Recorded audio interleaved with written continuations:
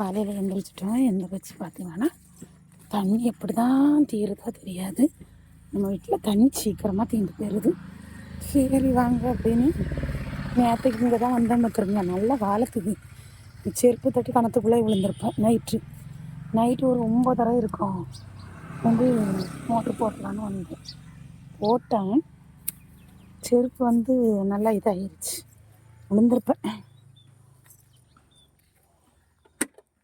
எதுனா தண்ணியை போட்டு விட்டுட்டு தண்ணி வேறு இல்லாதது போல இருக்குது. கணக்கில் கம்மியாக தான் இருக்குது போல இருக்குது. ஒரு தண்ணி துணி அலசணும். நேற்றுலேருந்து வீட்டில் நல்லா துணி இது வேணாலும் இவ்வளோ துணி சேரணும்னு நினைக்கல. போன வாரம் சந்தையிலேருந்தே துவைக்காமல் போட்டுருக்கு. பிரச்சனை யாராதாக்கும். இந்த மாதிரி தான் இனி வந்து சாப்பாடு வைக்கணும். மாவு இருக்குது. இவ்வளோ சட்னி ஆட்டி 2 தோசை சுட்டோன்னா வேலை முடிச்சிடும். அவ்வளோதாங்க என்ன விஷயம். இன்றைக்கி பொழுது நேற்றை விட பொழுது நல்லபடியாக போச்சுது. இன்றைக்கி பார்த்திங்கன்னா இன்னும் வாசலே கூட்டலை. இனி தான் வாசல் கூட்டணும். இதில் வந்து வரமாட்டேங்குது பாரு.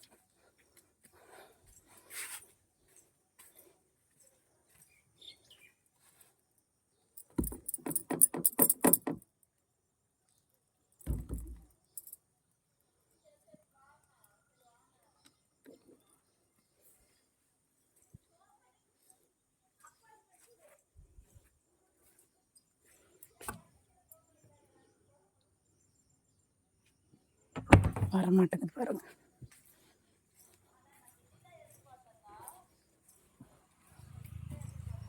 மோட்டர் திரும்பவும் எடுத்து விடணும்.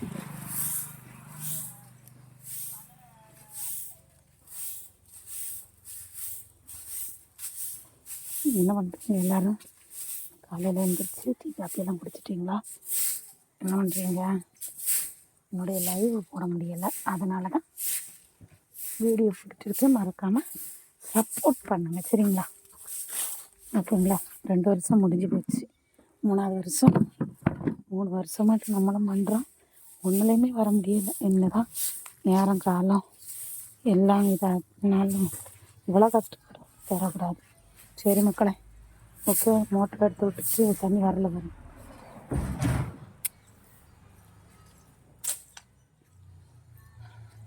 தண்ணி அலசி வச்சுட்டு போய்ட்டு மோட்டரை எடுத்து விட்டுறலாம், சரிங்களா? அதிலே வேலை தான்.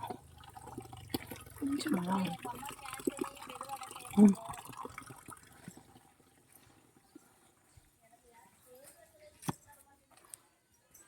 சரிங்க.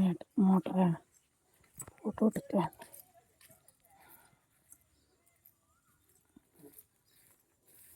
ஓகே.